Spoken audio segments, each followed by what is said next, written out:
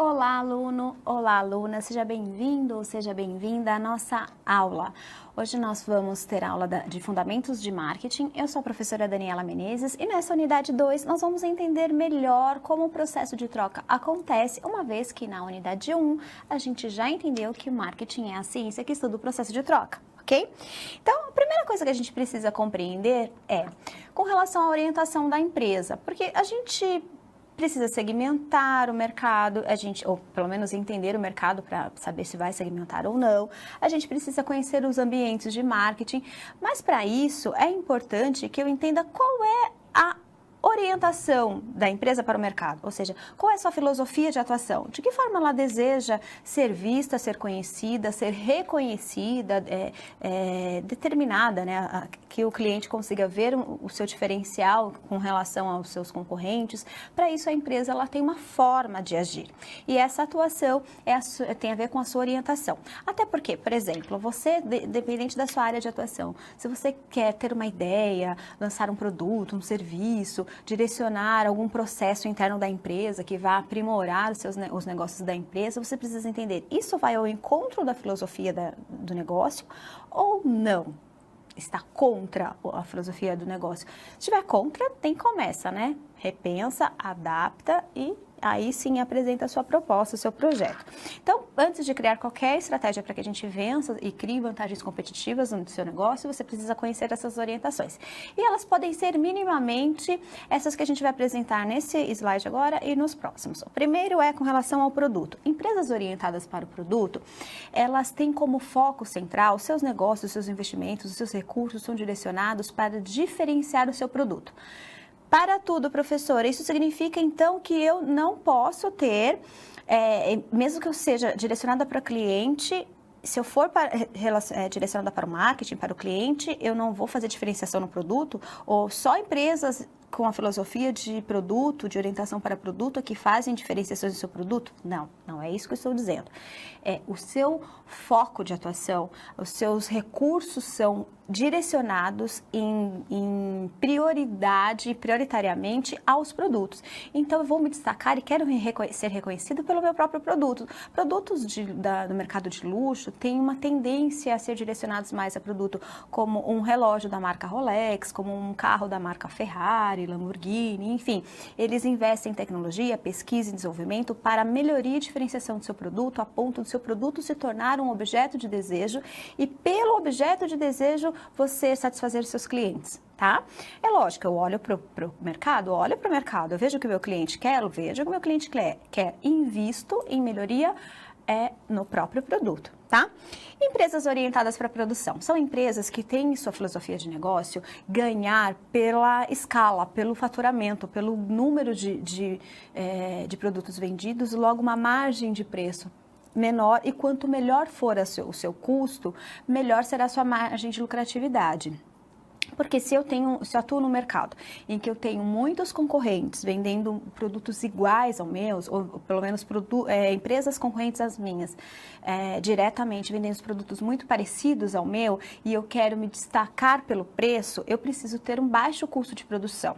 Eu preciso ter, para isso, investimento, pesquisa e direcionamento de recursos para que minha produção gere um custo menor. Porque o custo menor me permite ter um preço baixo, eu posso me destacar pelo preço baixo e ter uma margem de lucratividade melhor. Se eu tiver perdas na produção, eu vou ter perdas na minha margem de lucro. Então, eu vou me orientar para direcionar meus recursos para isso. Meus investimentos serão para isso. Tá? Ah, professora, então não olho para o produto? Obviamente, mas se eu tiver que investir em uma máquina para fazer o meu produto em menor tempo do que um diferencial do produto, para uma empresa que tem essa estrutura, essa filosofia, ela vai comprar a máquina para fazer o produto em menor tempo. Tá?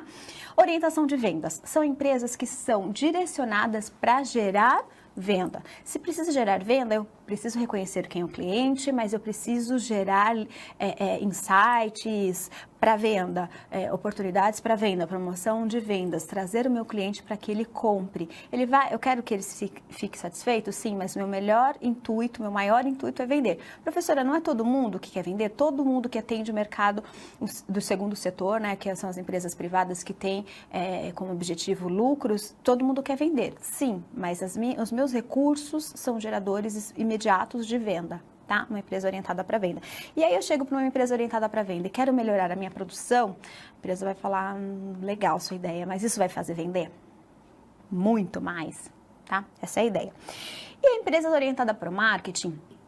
Uma empresa orientada para o marketing são as empresas a partir do marketing 2.0. O que significa isso? São empresas que começam a entender que, além de olhar para dentro, ela precisa olhar para fora, perceber o seu cliente e satisfazer o seu cliente. Qual a diferença, por exemplo, da orientação de empresas de marketing e empresas orientadas pelo marketing holístico, que é o que a gente já vai ver? As empresas orientadas para o marketing, ela pensa no seu cliente, ela quer satisfazer o seu cliente, ela pensa em encantar o seu cliente, mas ela está muito voltada à questão de relação empresa em cliente. Enquanto uma empresa voltada para o marketing holístico, ela vai olhar para o cliente, para o concorrente, para a sociedade como um todo, para o desenvolvimento de clientes e retenção desse cliente em longo prazo. Então, é uma visão mais holística de meio ambiente, sociedade e cliente. O cliente faz parte desses agentes maiores, né, que é a própria sociedade e o meio ambiente, tá? E aí a gente vai entender, então, a definição de marketing holístico. O marketing holístico é aquele olhar 360 graus. Então, se você trabalha numa empresa, ou quer abrir uma empresa, ou pretende trabalhar numa empresa com marketing holístico e quer atuar dessa maneira na sua profissão, você precisa entender, essa empresa ela tem uma visão 360 graus. Empresas que trabalham com marketing 3.0, marketing 4.0, depois pesquisa sobre esse assunto, é bem interessante. Principalmente no 4.0, ela vai olhar para o seu produto ou serviço e numa visão 360 graus, entendendo que isso só ocorre, ou seja, o negócio só é viabilizado se você tem bom tratamento dos seus colaboradores, um processo produtivo que não agrida o seu meio ambiente, que a sociedade tenha um retorno sobre todo o seu processo de produção e toda a sua atuação no mercado. Então, você tem retorno social, ambiental, interno, você tem um cuidado com a comunidade e você tem um cuidado em encantar o seu cliente também. Então, é um olhar 360 graus. Para isso, veja aqui comigo. O marketing holístico ele vai se preocupar com a questão interna, então a gente está falando de departamento de marketing, outros departamentos, mas a gente está falando necessariamente dos funcionários aqui, tá? O marketing socialmente responsável é aquele que atua com ética, pensa no meio ambiente, as questões legais elas são extremamente respeitadas e a empresa olha para a comunidade com responsabilidade. Tá? E promove o marketing integrado, ou seja, tudo aquilo que ela investe para os seus colaboradores, ela investe também para a sociedade como um todo. E ela integra as questões de comunicação, canais, prestação de serviços ou de produtos para trazer satisfação a todos os agentes envolvidos na empresa. E se relaciona com os clientes, com os parceiros, sejam fornecedores, sejam concorrentes, e com os canais de comunicação ou de interação, até mesmo os canais de distribuição da empresa. Então, a empresa de marketing holístico, ela trabalha pelo marketing, a partir do marketing interno, o marketing socialmente responsável, o marketing integrado e o marketing de relacionamento, ok? Vamos entender melhor o marketing integrado, então. O marketing integrado nada mais é do que você integrar as suas estratégias de marketing para todos os agentes envolvidos direto e indiretamente no seu negócio, seja para o colaborador, seja para a sociedade, seja para o cliente, seja para a sua comunidade que você interage de uma maneira geral, tá bom? Ele cria programas, o profissional de marketing ou o gestor em geral, que estabelece a forma de atuação, essa filosofia de atuação no marketing integrado, ela estabelece essa integração de estratégias com relação ao produto, preço, promoção, distribuição do seu produto, todas as variáveis de marketing, elas são relacionadas, criadas, entregues de maneira muito unificada, ou seja, coesa.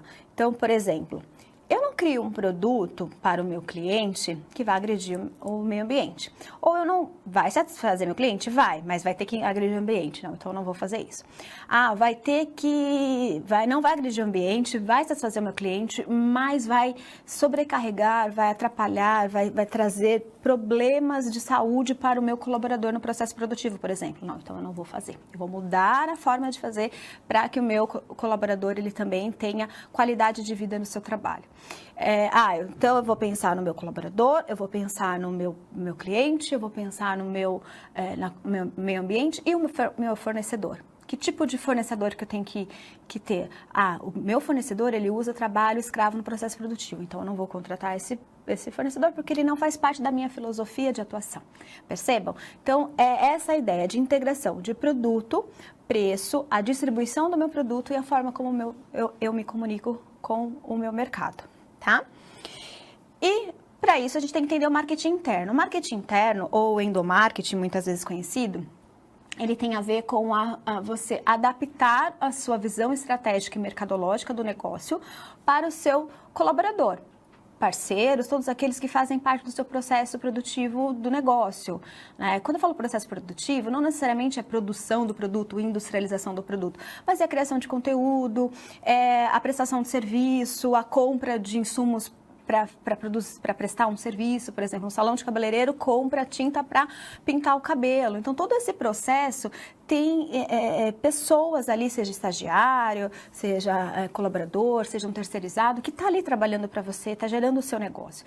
Então, é olhar para ele de maneira estratégica, mercadológica, criteriosa, faz com que o seu cliente esteja satisfeito. Ninguém vende o que não compra. Se a gente está insatisfeito dentro do negócio, essa insatisfação, mesmo que indiretamente, vai ser passada para o seu cliente. E é isso que você quer? De verdade? Repensa sobre esse assunto, tá? Então, marketing interno é você usar os mesmos recursos, com a mesma intensidade, com a mesma motivação, tanto para o colaborador quanto para o seu cliente. É o que a gente chama de cliente interno e externo. O externo é o que gera lucro, né? O que é aquele que vai comprar o seu produto, o seu serviço. E o interno é aquele que vai produzir, por certa forma, também vai gerar lucro, porque ele vai fazer com que o seu cliente se sinta satisfeito e logo compre da sua empresa, tá bom? Então, aqui vamos ver algumas características específicas que a gente precisa ver. Veja aqui no slide. Eu preciso entender o meu cliente interno, como eu já disse, é o colaborador. E a empresa precisa oferecer para o cliente interno o que ela, de fato, consegue entregar. Ou seja, ela precisa realmente pensar qual é o produto dela e fazer com que o cliente interno compre o produto, ou seja, compre a ideia, esteja feliz em trabalhar ali, tá? E a gente dissemina a ideia de responsabilidade de atender bem o cliente. E não tem a ver com um departamento da organização. Tem gente que pensa que quem tem que atender bem o cliente, veja aqui comigo, é o telemarketing, é a área de marketing, a área de comunicação, é o vendedor. Não, todos atendem bem. Se eu estou lá numa linha de fábrica, estou produzindo bem meu produto, estou gerando um produto sem danificação no lote, eu estou atendendo bem o meu cliente. Tá? Porque eu estou querendo que meu cliente tenha o melhor produto, estou atento àquilo. Se eu estou nos bastidores, eu estou por exemplo, num estúdio gravando uma aula, eu tenho um professor, eu tenho um produtor, eu tenho um tutor, eu tenho câmera, eu tenho várias pessoas em torno e todos eles pensando em entender melhor o seu cliente. Ele não está falando diretamente com você, mas fazendo um bom trabalho, ele está permitindo que você tenha uma aula de qualidade. Olha que bacana. Por isso a nossa universidade tem diferencial, porque os nossos profissionais são profissionais que estão pensando em melhor atendimento, que têm a filosofia de um atendimento adequado ao seu cliente. E isso significa um marketing integrado, interno, pensando na qualidade de vida dos seus colaboradores e os colaboradores pensando em gerar negócios produtivos para o seu negócio, para a sua empresa, porque empresas lucrativas trazem melhores oportunidades de carreiras. Eu sempre costumo dizer, se o patrão está ganhando dinheiro, sinal de que ele tem dinheiro para me pagar. Estou com um salário garantido, estou com um emprego garantido, já começa bem por aí. Agora, se ele me paga o salário e ainda me valoriza, eu tenho salário e eu tenho qualidade de vida para prestar um melhor serviço, tá bom? E o marketing socialmente responsável? É quando a empresa, ela não fala de uma causa específica. Eu vou lá e vou doar para o desmatamento, para acabar com o desmatamento da Amazônia. Não, não é isso. É quando a empresa atua e a sua filosofia, a sua ação, a sua execução, o seu planejamento é coerente com a ética, com a responsabilidade ambiental e com a responsabilidade social. Então, desde o produto que eu compro, o insumo que eu compro, o que eu produzo, o que eu entrego, como me relaciono, todas as minhas ações são socialmente, ambientalmente responsáveis. Socialmente não é cuidar do cliente e da sociedade que está lá fora, é cuidar do colaborador, da sociedade e do meu cliente. E agora, quero interagir com você e te pergunto. Primeiro, analise a frase abaixo e em seguida assinale a alternativa que complete adequadamente a lacuna. Esse espaço vai ser preenchido com uma das alternativas. Vamos lá. Espaço visa garantir, por meio de contratação, treinamento e estímulos, que todos os envolvidos com a organização estejam alinhados com os objetivos estratégicos e mercadológicos dela.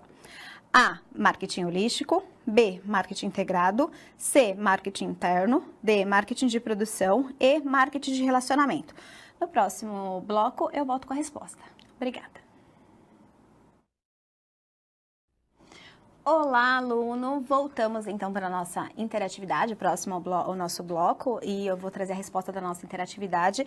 E eu te perguntei, qual dessas alternativas completa adequadamente a lacuna? Se a gente está falando aqui de contratação, treinamento, a gente está falando de colaborador. Logo, a gente está falando de marketing interno, alternativa correta, alternativa C, tá? Vamos continuar falando sobre o nosso negócio. Então, a gente está sozinho no mercado? Eu resolvi a gente aprendeu no bloco anterior que a gente tem que ter uma orientação, a empresa tem uma orientação, e você que vai trabalhar nessa empresa ou abrir a sua empresa tem que entender qual a orientação para que a sua estratégia seja coerente com ela. A gente aprendeu que quando a gente fala de uma empresa orientada para o marketing holístico, tem toda uma integração entre responsabilidade social, entre marketing interno, entre a satisfação do cliente, enfim, eu vou olhar 360 graus, e nessa minha olhada, ou seja, dessa minha análise de cenário, eu tenho os meus concorrentes. Ah, professora, a gente pode eliminar a concorrência? Nem sempre, né? Mas a gente pode trabalhar com a concorrência, a gente pode controlar a concorrência, a gente pode ser mais criativo que a concorrência. Então, para isso, a gente precisa aprender a analisar a concorrência, tá? Quem que é a concorrência, pelo amor de Deus, professora? São aquelas empresas ou pessoas que comercializam, atendem os mesmos clientes que o meu, com produtos semelhantes. Concorrentes diretos são aqueles que são produtos muito parecidos com os meus, que atendem às mesmas necessidades, com os mesmos desejos, com esses produtos semelhantes aos meus. Esses são os concorrentes diretos. Os concorrentes indiretos são aqueles que atendem a necessidades e desejos similares, com produtos diferenciados, as mesmas necessidades ou produtos diferenciados. Por exemplo, eu quero dar um presente para a minha mãe, uma pessoa muito especial. Quero um presente maravilhoso, porque é o presente do aniversário de 60 anos da minha mãe. Tá, quero uma coisa diferente. Pode ser uma joia, pode ser uma viagem, pode ser... que mais que uma mãe gostaria de ganhar, hein, gente? Bom, pensa aí. Eu vou pensar, você pensa. Então, mas vamos pensar só na joia e na viagem. São produtos extremamente diferentes que atendem à mesma necessidade de compra. No meu caso, é um presente especial. Perceba? Posso dar um carro, posso dar um navio. Nossa, gente, posso dar tanta coisa, pena que eu não faço parte da demanda desses produtos e serviços. Mas perceba, se eu tivesse poder aquisitivo, interesse eu tenho, a necessidade eu tenho, e eu poderia presentear com produtos diferentes. Essas são as concorrentes, esses concorrentes que eu falei são os indiretos. Agora, por exemplo, você fala, não, decidi, eu vou dar uma joia para minha mãe. Aí eu vou atrás da Vivara, da Gaster, enfim, de outra marca. Se eu pensar só nas duas, ou na Tiffany, então vamos lá. Tiffany, Vivara, Gaster. Eu tenho 3 marcas diferentes que são concorrentes diretos pela minha decisão de compra. Atende à mesma necessidade, ao mesmo desejo, com produtos similares, mas que adotaram diferenciações que vão me fazer decidir por um produto em detrimento do outro. Tá? Seja pela diferenciação de preço, seja pela diferenciação de atributos, pelo designer, enfim, do produto, tá? Então, é isso que eu tenho que pensar. Quem que atende ao meu mercado que eu atuo? Eu e a empresa X e a empresa Y, certo? Nós 3 atendemos, e quais são os nossos diferenciais? Esses são os diretos. E os indiretos? A pessoa tem fome, ela quer comer algo que não é uma alimentação saudável. Quais são as alternativas de alimentação saudável? Então, de uma pizzaria, só a pizzaria, que é o concorrente direto? Não, são outras empresas que atendem, que vendem produtos de fast food, que atendem produtos de alimentação não saudável. Ok? E aí, para eu identificar a concorrência, Eu posso analisar a direta e indireta, mas eu posso ir mais profundo com isso. Eu posso fazer uma análise setorial. Veja comigo a distinção. Primeiro, para eu fazer uma análise setorial, eu tenho que entender o que é o setor. Veja aqui essa citação comigo. O setor é um grupo de empresas que oferecem produtos de uma categoria que substituem um ou outro. O exemplo que eu dei, por exemplo, o setor na área de joias. O H-Ster vai substituir uma joia da Vivara, que pode substituir uma joia da Tiffany, por exemplo. Eles são próximos uns aos outros. Ou o exemplo do fast food, que uma pizza pode substituir um hambúrguer, pode substituir uma esfirra, enfim, mas todas atuam no mesmo setor. Tá? Os setores são classificados de acordo com a quantidade de fornecedores, os níveis de diferenciação que eu posso produzir no meu produto, a presença ou não de barreiras à entrada que existe a este mercado, a mobilidade e a saída, ou seja, a entrada e saída de novos concorrentes, o custo para a produção, o grau de integração vertical, ou seja, o grau de o quanto eu posso atuar em um determinado mercado ou ampliar isso globalmente, o grau de globalização aqui, de verticalização com relação ao meu mercado. Se eu atuo só com esse produto, eu posso fazer uma ampliação de produtos. Ao ponto de partida de descrever o setor, o ponto de partida é escrever a quantidade de fornecedores, a empresas que vendem, e aí eu definir o quão esses produtos são homogêneos, ou seja, ou, no caso, diferenciados. Bom, eu te dei a citação na íntegra para a gente entender. Cada setor de atividade tem eu posso fazer uma análise setorial de concorrência. Se é uma concorrência por oligopólio, puro, monopólio, monopolista. Então, tem diferenças. O que vai destacar? Quantidade de fornecedores que fornecem o mesmo produto. Se eu tenho por exemplo, eu tenho um monopólio. Então, vou fazer uma análise de setor. Depois é que eu vou olhar qual o produto, qual o preço cobrado. Primeiro eu olho amplamente, que é a análise setorial. Aqui, concorrência eu vou entrar numa concorrência monopolista, uma concorrência pura, oligopólio puro, uma concorrência de monopólio, ou seja, não dá para eu entrar porque é monopólio, é só uma empresa que produz e comercializa. Vamos entender as 4 classificações de estruturas sociais. São 4. Monopólio puro é quando há uma única empresa que vende um determinado produto e atende esse determinado mercado. Então, não tem uma barreira de entrada, pode ser legal ou simplesmente social por condição de produção daquele produto, só ela sabe fazer, só ela tem a licença para fazer, enfim, seja legal ou seja estrutural, só uma empresa vende.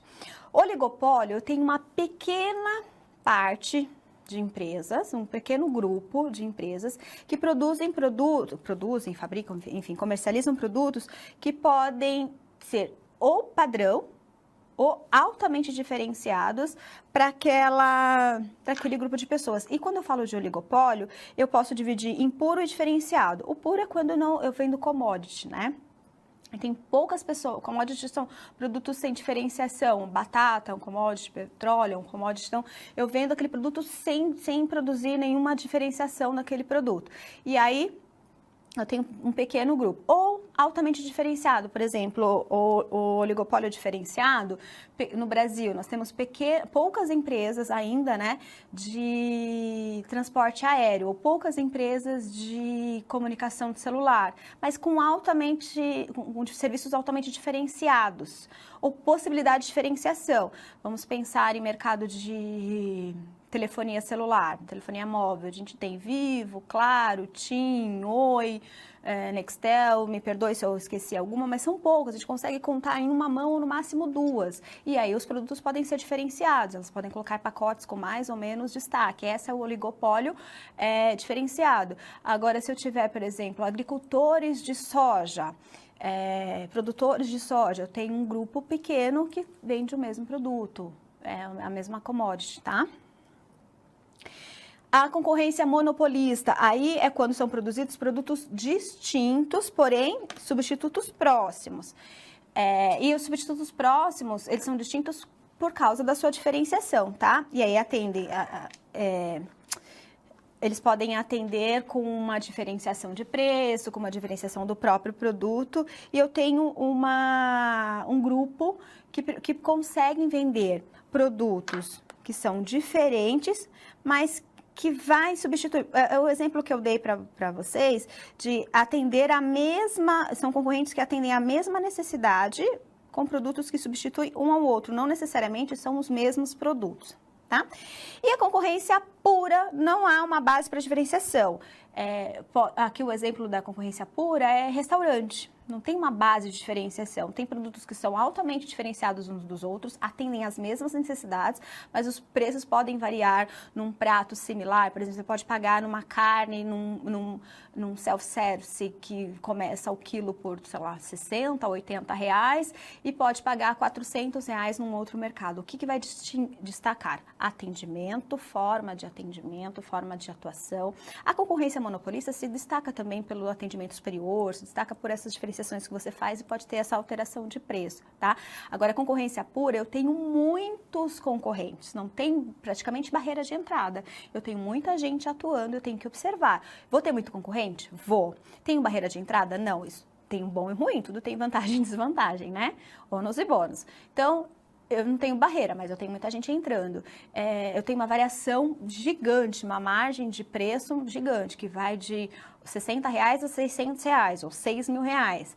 Tá, aonde eu vou me encaixar aqui dentro? Aí você vai ter que encontrar como você vai criar elementos de diferenciação para que o seu cliente veja em você uma vantagem de ser seu cliente. Vale a pena comprar em detrimento de todos os outros, tá? E aí, quando a gente faz análise da concorrência, a gente passa a fazer análise da indústria ou análise do mercado em si.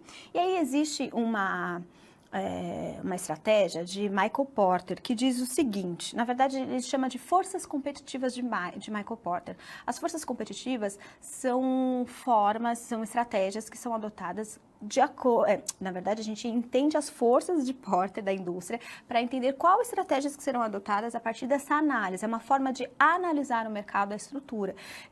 Quando o Michael Porter criou, a gente falava da análise da indústria, mas a gente pode usar essa ideia de forças, essa teoria das forças estratégicas de Porter para qualquer área, seja para o comércio, seja para o serviço, seja, enfim, para qualquer área que você queira promover a troca. E as forças de Porter dizem o seguinte, que quando você analisa a competitividade do mercado, ou seja, quando você analisa a concorrência, você precisa entender o quão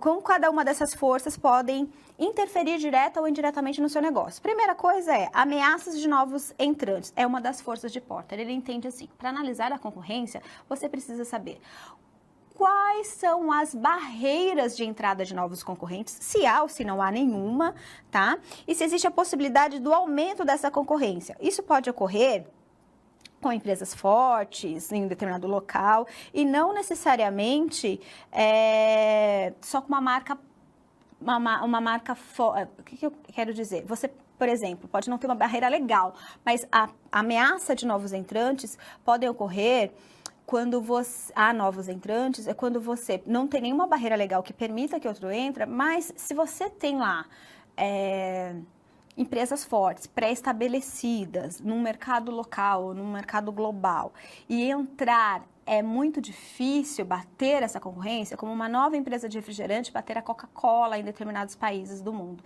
O que isso vai acontecer? Para a Coca-Cola, tem ameaça de novos entrantes? Tem.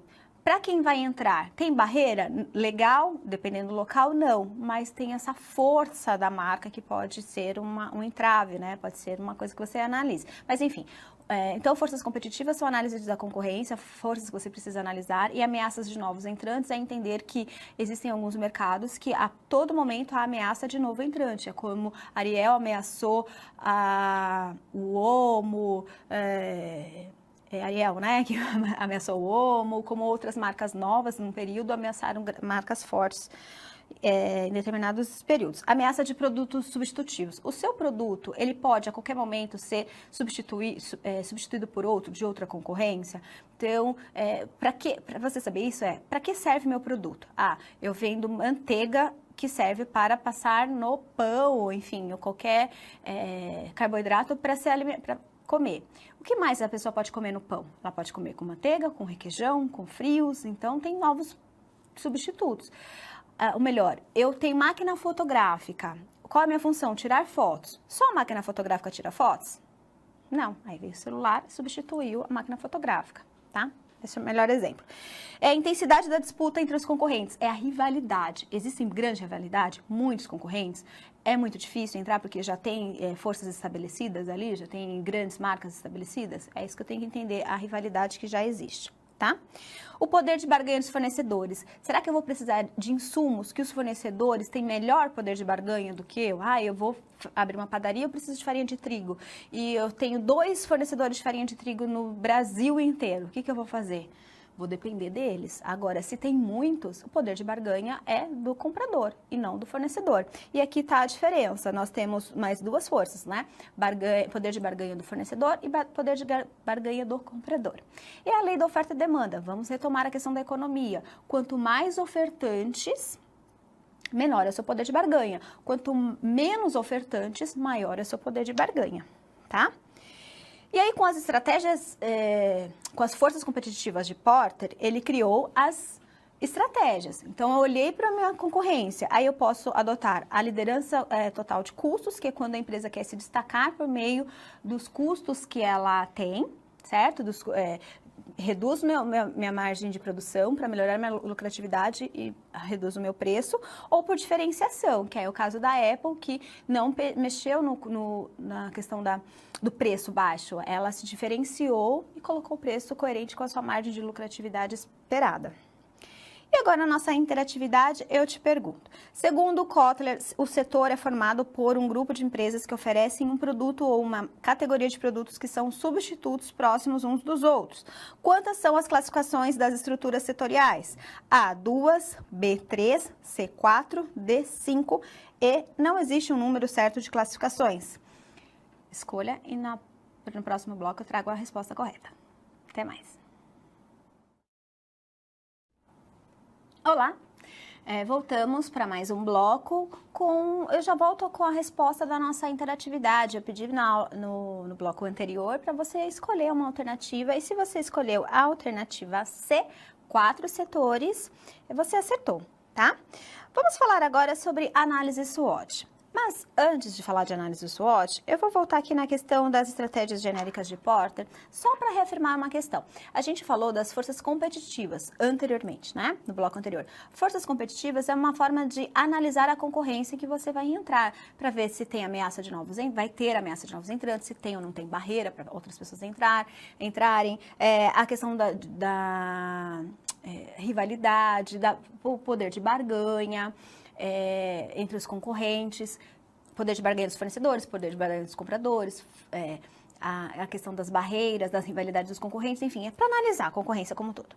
E aí, feito isso, eu vou adotar uma estratégia. Quero retomar, por quê? Porque quando eu falo de liderança total de custos, eu vou ter preços melhores, reduzindo minha margem de custo. Então, meus recursos são direcionados para a produção. Lembra quando eu falei lá no bloco anterior a questão da orientação? Uma empresa orientada para produto vai querer uma liderança total de custos, certo?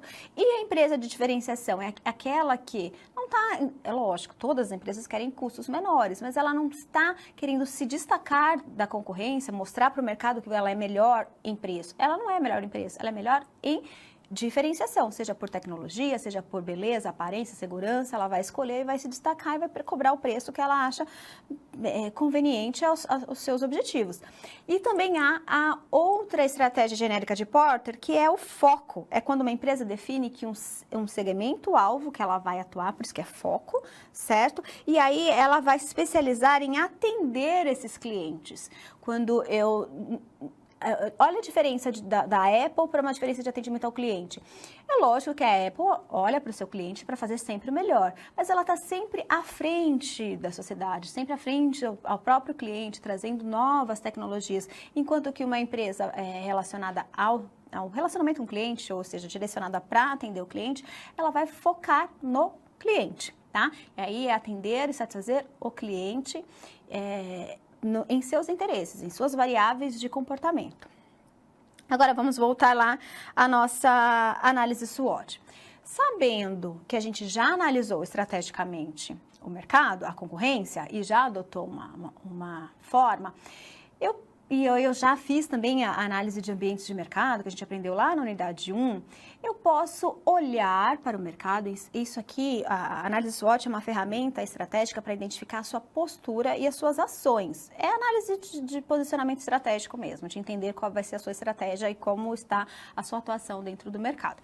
E como é que ela faz isso? Como ela é uma ferramenta que serve para, tanto para a empresa olhar para ela e como ela olhar para o mercado também, é para compreender o negócio e como ela vai estruturar esse negócio. Para isso, ela se chama análise SWOT pela abreviatura das palavras forças, fraquezas, oportunidades e ameaças. Você pode ouvir em alguns casos também a abreviação como FOFA, né? Porque é a tradução em português da análise SWOT, mas o mercado normalmente usa, você mais vai ouvir a análise SWOT do que o FOFA mesmo, tá? O que é então essa análise de forças, fraquezas, fortalezas? Vamos ver no próximo slide. Tudo aquilo que está para o mercado, que eu não consigo controlar, que é independente do meu interesse ou não e está lá, elas fazem parte do macroambiente, e uma ferramenta para analisar o macroambiente é a análise SWOT, uma ferramenta de postura estratégica que vai identificar o que está acontecendo nessas forças. Podem ser ameaças ou oportunidades. Isso é uma retomada coesa, um aprendizado que a gente teve lá na unidade 1. Eu entendi que o macroambiente é formado por forças tecnológicas, naturais, demográficas, sociais, culturais, político-legais. E aí, isso tudo geram reações do mercado. Essas reações, para mim, é uma oportunidade ou uma ameaça? Um lançamento, uma descoberta tecnológica, para mim, é uma oportunidade ou uma ameaça? Um evento natural, para mim é uma oportunidade ou uma ameaça. Uma abertura de crédito, uma política de abertura de crédito, então mexe com questões econômicas e político-legais. Para mim é uma oportunidade ou uma ameaça? Abertura de mercados internacionais. Veja, quando o governo decide, por exemplo, abrir as fronteiras para a entrada de novos concorrentes internacionais na área de transporte aéreo, para as empresas de transporte aéreo, isso é uma ameaça. Para as brasileiras, né? Para as empresas do exterior, isso é uma oportunidade. Professor, então é só uma forma de enxergar? Não, é uma forma de enxergar, de se posicionar e de entender o seu cenário e os seus recursos. Às vezes independe da gente, é uma ameaça mesmo. Aí o que eu faço? Crio estratégia de sobrevivência. Crio estratégias de evolução, ampliação, melhoria, parcerias, enfim, aí que a gente vai ver como vai agir. Não simplesmente falar, é uma ameaça, ó Deus, ó céu, e agora? E agora não, agora vamos atuar, tá? E, quando possível, transformar ameaças em oportunidades. Isso é olhar para o macroambiente. E olhar para o microambiente eu faço o quê? Olho todas as minhas forças internas, seja processo, pessoas, políticas, diretrizes, concorrentes, clientes, fornecedores, parceiros, tudo aquilo que eu posso, concorrente, né? Tudo aquilo que eu posso controlar e incontrolar, gera na minha empresa o quê? Uma força ou uma fraqueza? Uma fortaleza ou uma fraqueza? Eu tenho um diferencial que só eu tenho a fórmula desse produto. Isso é uma força? Só eu tenho o talento dessa pessoa. Isso é uma força, mas cuidado, uma pessoa não pode ser o resumo de toda a empresa, porque as pessoas, elas têm ciclo de vida, né? Então, a minha empresa, não, necessariamente. Eu posso ter uma empresa com uma longevidade muito maior do que a possibilidade de vida de um indivíduo, né? É uma marca muito mais longa do que a vida de uma pessoa. Então, eu tenho que me preocupar em tudo aquilo que pode. E o que é uma fraqueza? Qual a diferença? Fraqueza ou força a gente controla. Logo, a gente administra, corrige, melhora, aprimora, desenvolve e está sempre buscando mais fortalezas. Mas não é porque eu estou sempre buscando mais fortalezas é que eu vou fechar os olhos para minhas fraquezas. Eu tenho que me desprover de vaidade, porque esse é o momento de olhar para dentro e falar, de repente, a minha fraqueza na minha empresa sou eu. Oh, meu Deus, o que eu faço? Mudo. Ou tira o time de campo, coloca um gestor, um administrador, um diretor, consultor, tá? Se eu penso no negócio de forma prioritária a minha vaidade, o negócio vai dar certo. Então, na verdade, é uma ferramenta que vai permitir a minha análise estratégica dos meus negócios, tá? E quando eu tenho um portfólio de empresa, de produtos, eu vou fazer o seguinte, eu vou explicar o ciclo de vida do produto e volto aqui para o portfólio para você entender um pouco melhor. Tem empresas que baseiam seus produtos, a análise dos seus produtos, pelo ciclo de vida dele. Ou seja, quando eu coloco ele no mercado, ele está na introdução. E aí ele começa a aumentar o número de vendas, ele começa a ser reconhecido, as pessoas já sabem quem ele é lembrado, a marca, e começa a vender, trazer um pouquinho de retorno financeiro, é o crescimento. Aqui ainda não é a melhor fase do meu produto, porque eu ainda tenho que investir muito para que o maior número de pessoas que fazem parte da minha demanda conheçam o meu produto. Quando vai para a maturidade, é um período em que eu dou um pouquinho mais, eu tenho um pouquinho mais de tranquilidade, porque aí eu tenho um retorno financeiro, normalmente meu investimento ele começa a ser superado.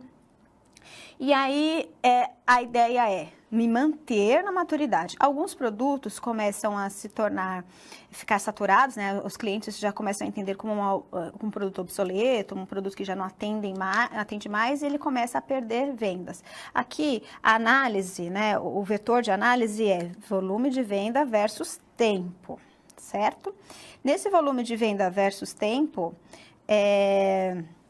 eu vou analisar o quanto o meu produto começa a ganhar uma participação de mercado e venda de produtos relacionada ao tempo que eu tenho com o meu produto, certo?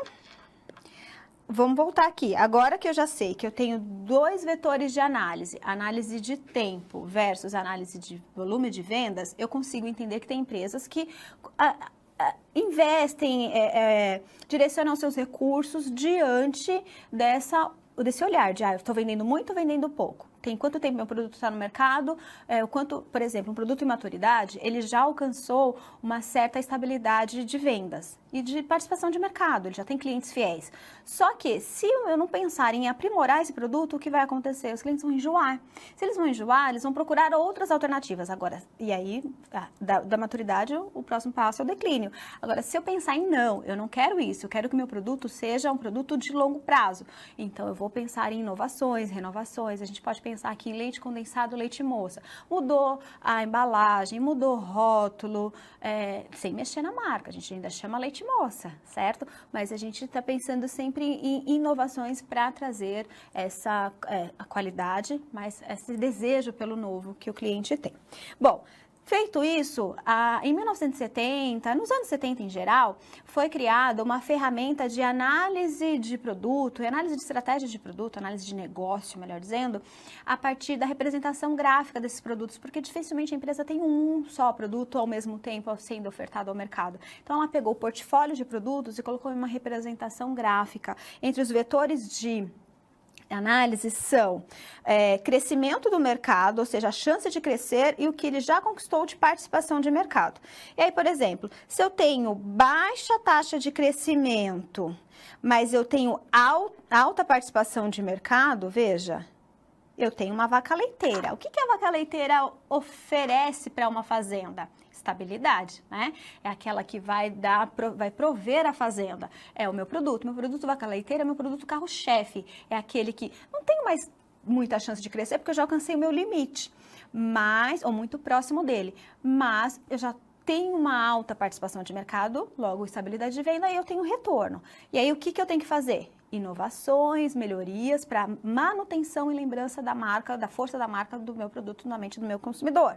Diferente de um produto estrela, por exemplo, acompanhe aqui comigo. Eu tenho crescimento alto, ou seja, uma alta taxa de crescer, ou seja, eu já conquistei uma fatia, mas eu tenho muito mais a conquistar, e uma participação alta. Já está alto, mas ainda não alcancei o limite, porque eu não me tornei numa vaca leiteira. Qual é a diferença aqui com relação ao dinheiro, à questão financeira? Aqui eu ainda tenho muitos recursos a ser investido em comunicação e relacionamento com o cliente. Logo, ainda não tenho a mesma estabilidade de vendas, mas é um produto promissor, tá? Em contrapartida, nós temos aqui um produto que tem baixa participação de mercado e alta taxa de crescimento. Poxa, como um produto que pode crescer muito não conquistou o mercado? diferente de estrela? O nome mesmo já diz, questionamento. Por quê? Por que isso acontece? Porque alguns produtos acabaram de entrar no mercado lá no seu ciclo de vida, então lógico, ainda tem muito o que crescer e não conquistou muito. Outros produtos já estavam ali, mas não geram recompra. A pessoa compra, mas não volta a comprar. Então, é um produto que você precisa parar para diagnosticar, tá bom? Ou ainda produtos como abacaxi. O que é o abacaxi? É aqueles produtos que têm baixa participação de mercado, ó, e baixa taxa de crescimento. Ou seja, ele não pode crescer muito mais do que isso e não está crescendo mais e não conquistou participação de mercado. Tem algumas empresas que chamam esse abacaxi de bichinho de estimação, pet, sabe? Que não vai te dar lucro, não vai te dar retorno, mas você mantém ele ali. Porque tem empresas que têm produtos que tem a questão emocional, né? Ele mantém aquele produto ali porque foi o primeiro produto vendido, foi o primeiro produto que foi reconhecido pela marca, tem uma fatia menor de clientes, ou é a representação nacional da marca, mas não tem um número de vendas muito bom. Tá? Não tem uma participação de mercado que traga um lucro para a empresa, mas a empresa lucra o suficiente para mantê-lo ali. Ou dar um upgrade nesse produto, melhorar esse produto, aprimorar, desenvolver, e aí voltá-lo para uma fase de crescimento, investir para essa volta ou tirá-lo do mercado. Então, você pode tomar 3 decisões: manter do jeito que está, por uma questão afetiva, tirar do mercado ou fazer um upgrade para que ele volte a crescer. Participação relativa de mercado. O ciclo de vida eu já te expliquei, né? Então, quando o produto é lançado no mercado, você traça um ciclo de vida, assim como nós nascemos, crescemos, produzimos ou não e morremos, mas enfim, nascemos, crescemos e morremos. Os produtos, a gente não quer que ele morra, mas ele entra num ciclo de vida e aí a ideia é que a maturidade seja em longo prazo, tá? Quando eu sei do meu produto, eu analiso o ciclo de vida e coloco ele na matriz BCG, eu preciso olhar também a concorrência. E aí, para analisar a concorrência, algumas variáveis são importantes. Veja aqui comigo. Qual é a participação do meu concorrente de mercado? A participação de mercado é a minha fatia de clientes, é o market share, desculpa. Fatia de mercado. É qual a quantidade de produtos vendidos em relação a todos os outros vendidos por outros concorrentes. O share of mind é a fatia da mente. É qual percentual de clientes mencionam o nome do concorrente ou o meu nome quando é perguntado sobre uma lembrança de marca. Por exemplo, se eu perguntar para você qual refrigerante vem à sua mente quando você pensa em refrigerante, você falar primeiro um produto, esse produto tem melhor share of mind. Ou ainda a participação de preferência. Você lembra da Coca, mas qual você prefere, por exemplo, né? A fatia do coração. Aí é o percentual de clientes que mencionam o concorrente que mais gosta. É diferente. Uma coisa é você lembrar de um produto, outra coisa é você querer esse produto. E o benchmark é olhar o que o cliente faz de melhor que você pode copiar. Ah, professora, copiar sim, você pode aprimorar, por que não? Mas fazer igual da sua maneira. Uma maneira que pode ser ainda melhor do que a concorrência, tá? E agora eu te pergunto, vimos que a Boston Consult Group, ou BCG, né, criou a matriz BCG para conseguir posicionar todos os produtos, unidades de negócio de uma organização. Quais são os tipos que essa matriz aborda? A, incógnita, estrela, vaca leiteira e abacaxi. B, incógnita, lua, leite e abacaxi. C, estrela, vaca leiteira, abacaxi e declínio. D, estrela, abacaxi, declínio e crescimento. E, incógnita, crescimento, declínio e abacaxi. Então, quais são os tópicos que essa matriz aborda? Escolha a alternativa e nós voltamos já com a resposta. Olá, voltamos para mais um bloco da aula da disciplina Fundamentos de Marketing. E no bloco anterior, eu pedi para você identificar aqui quais eram os tipos, ou seja, quais eram os vetores de classificação da matriz BCG. Se você colocou a alternativa A, incógnita, estrela, vaca leiteira e abacaxi, você acertou, ok? Parabéns! Plano de marketing.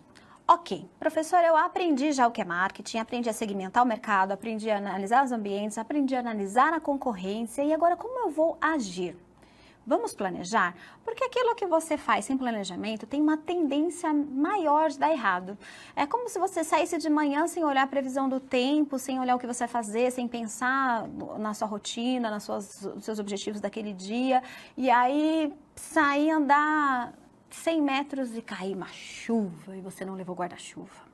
Não planejou, não olhou seus recursos, não viu seu cenário, caiu a chuva, volta molhado para casa, se troca, perde tempo, ok? Então, é para isso. O plano de marketing é um documento que vai documentar, ou seja, vai registrar, vai comunicar ali uma análise de cenário. Na verdade, ele vai ser oriundo do planejamento estratégico da empresa. E eu já vou falar sobre o planejamento estratégico. Mas o plano de marketing em si, na verdade, é uma derivação do planejamento estratégico. Eu tenho ali no estratégico as minhas políticas gerais, as minhas estratégias gerais da empresa. E o plano de marketing é o tático, qual ação específica de marketing a gente vai fazer. E aí eu escolho, eu posso fazer um plano anual, pode fazer um plano bienal, enfim, eu escolho um período, estabeleço o meu orçamento para isso, o que vai acontecer com as estratégias de marketing, seja para lançamento de produto, seja para inovação, mudança de embalagem, mudança de campanha publicitária, seja para uma pesquisa de mercado, para reconhecimento do cliente, atuação no ambiente digital, enfim, eu preciso entender o que eu vou fazer com esse recurso, tá? Para isso tem que estar atrelado ao meu objetivo central da empresa, que é o objetivo estratégico. A empresa quer, por exemplo, ampliar mercados, então toda a minha estratégia de marketing tem que ser coerente com ampliação de mercado e não com penetração de mercado. O que tem a ver uma coisa com outra? Ampliar mercado é atuar em outros mercados. Como é que eu vou desenvolver o meu mercado local, fazer estratégia de desenvolvimento do mercado local e a empresa quer crescer em mercados? Ou a empresa quer internacionalizar a marca? Ou a empresa, o que ela quer como objetivo geral? Ou não, ela quer penetrar, ela quer ter mais fatia de mercado onde ela já atua, ou ela quer lançar novos produtos, enfim. Qual é o objetivo geral?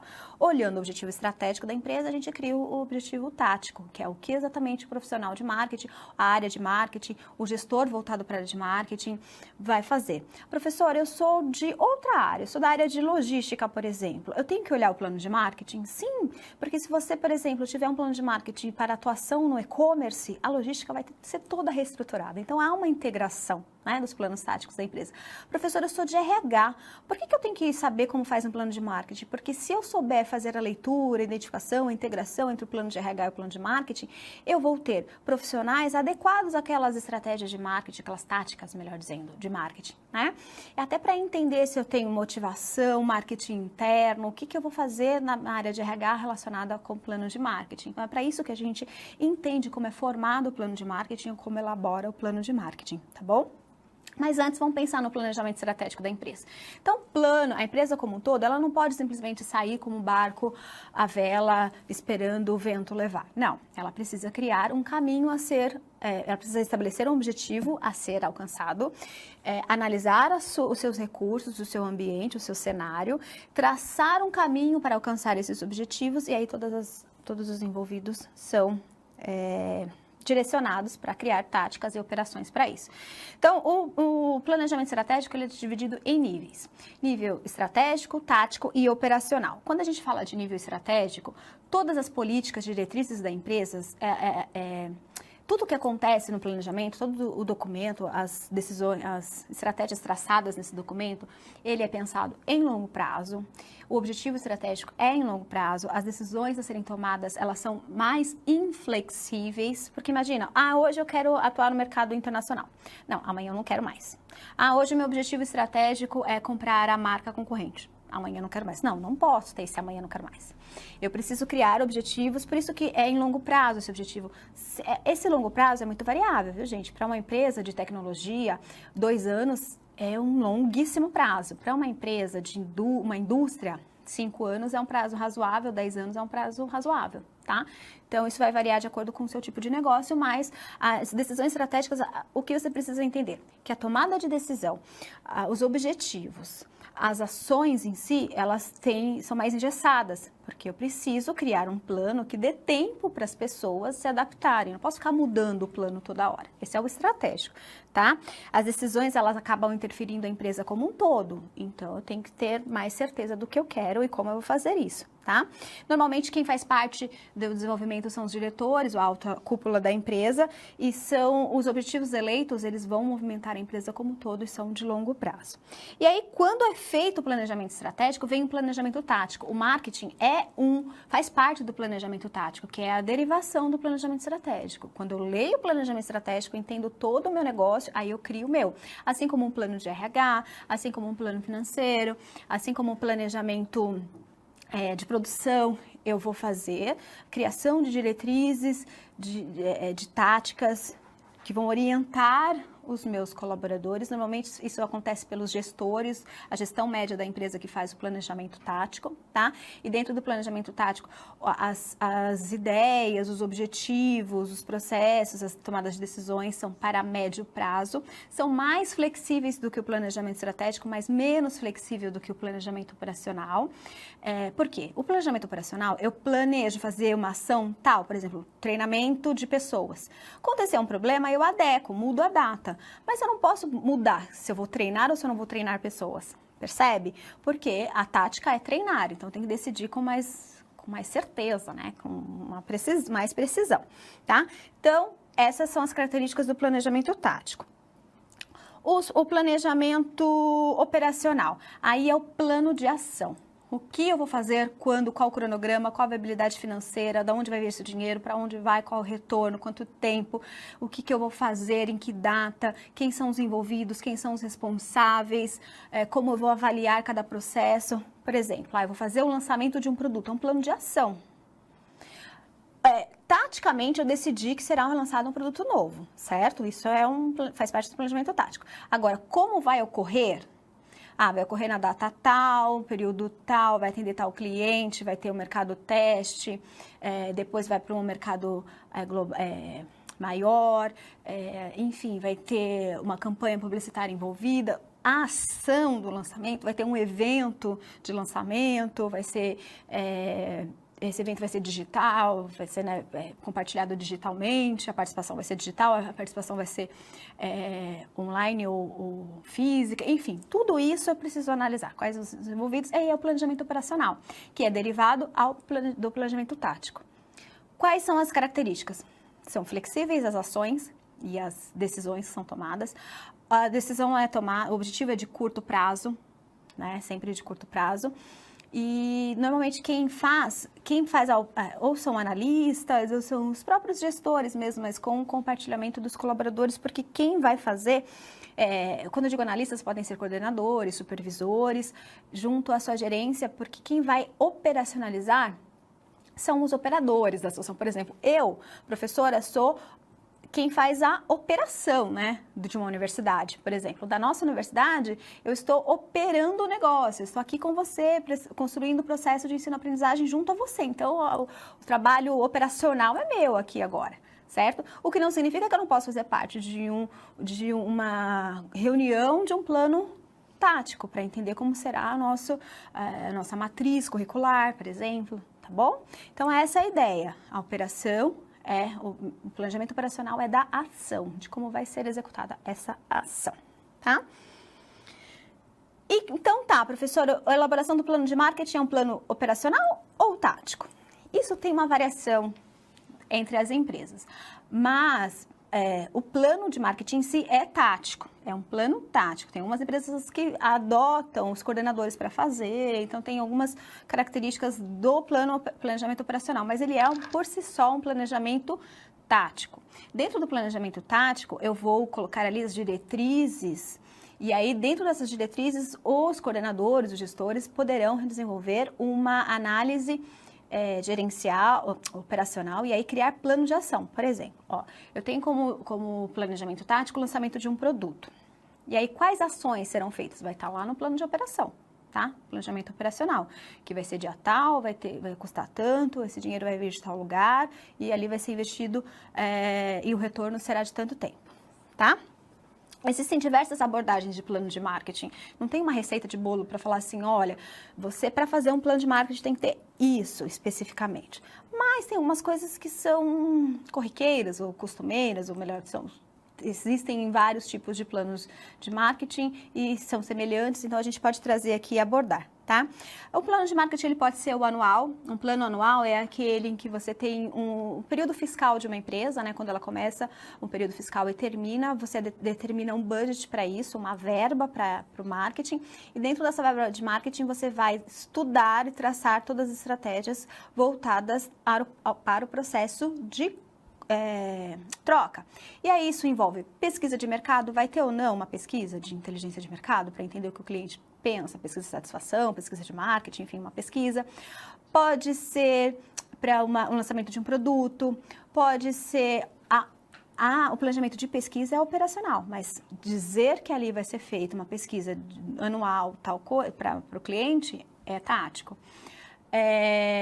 Então, vamos supor que a estratégia da empresa seja internacionalização de marca. Então, eu vou fazer uma pesquisa internacional para entender a satisfação, análise ambiental do cenário internacional, para entender cultura, comportamento do cliente, enfim, os critérios de entendimento do cliente, do comportamento do consumidor. Supondo que a empresa queira comprar a marca concorrente, eu tenho que fazer estratégias para análise de concorrência. Ou supondo que a empresa queira penetrar mercado, então eu tenho que criar promoções de vendas para vender mais produtos para o meu mercado, que já é atuante com o mesmo produto que eu já tenho. De uma forma geral, é associar planejamento de marketing com planejamento estratégico. E o plano de marketing, como eu disse, ele não tem algo engessado, mas o que a gente tem elementos básicos que precisam ter, como descrição da situação. O que é descrição da situação? Você analisar o seu cenário, os seus ambientes de marketing, quando analisa o ambiente de marketing o interno e externo, identificar qual é a sua situação, quais são os seus recursos, o que você tem de força, de fraqueza, de fortaleza, enfim. De ameaça e oportunidade do mercado, quais os objetivos que você tem com o marketing da sua empresa, quais as estratégias você vai adotar para alcançar esses objetivos e com esses objetivos, o que você espera de impacto, de resultado. Por exemplo, o objetivo é lançar um novo produto. O que você espera? Aumentar venda, aumentar share of mind? O que exatamente você pretende, tá? É isso. E para isso, eu preciso ter algumas informações dentro do meu plano de marketing. Minimamente, eu preciso ter um resumo executivo. Neste resumo executivo, é como se fosse um sumário executivo de um plano de negócios. Eu vou ter uma carta de apresentação, ali as principais recomendações e metas que o meu plano deverá alcançar ao final de todas as ações que serão originadas, né, executadas a partir desse plano. A análise da situação, ou a gente pode chamar de diagnóstico da empresa e do mercado, aqui eu vou identificar o que o meu mercado tem de oportunidade de ameaça, o que minha empresa tem de força e fraqueza, para poder descrever nesse documento, para eu saber aonde estou pisando, como é que eu vou usar meus recursos da melhor forma, tendo informações. Informação é um grande subsídio para a tomada de decisão. Tá? E as estratégias de marketing que serão apresentadas. Aí sim, o que eu vou fazer especificamente? Vou fazer uma pesquisa, o lançamento de um produto, uma mudança de embalagem, o que exatamente a gente vai fazer na área de marketing, uma atuação no marketing digital, nos ambientes digitais, tá? As projeções financeiras para executar essas tarefas e como eu vou controlar e avaliar isso ao longo do tempo, certo? Agora, eu quero interagir com você a partir dessa questão. Sabemos que existem diversas abordagens para os planos de marketing e que existe uma, principalmente, que é utilizada mais do que as outras. Assinale nas alternativas qual é a abordagem de marketing, ou seja, como é que é feito esse plano. A gente falou esse plano. A, abordagem do biênio. B, abordagem do triênio. C, abordagem anual. D, abordagem efetiva. E, abordagem específica. Eu falei os tipos de planos, eu falei a forma de abordagem, falei do orçamento, é exatamente isso. A abordagem anual é mais utilizada do que outras, mas não significa que seja única, tá ok? E agora eu aproveito para te agradecer, a sua atenção, a sua participação nesta aula, te convidar para a próxima unidade da disciplina e para te convidar a ler esse capítulo do seu livro-texto também, tá bom? Então, depois de me agradecer, me despeço e te encontro na próxima unidade. Até mais!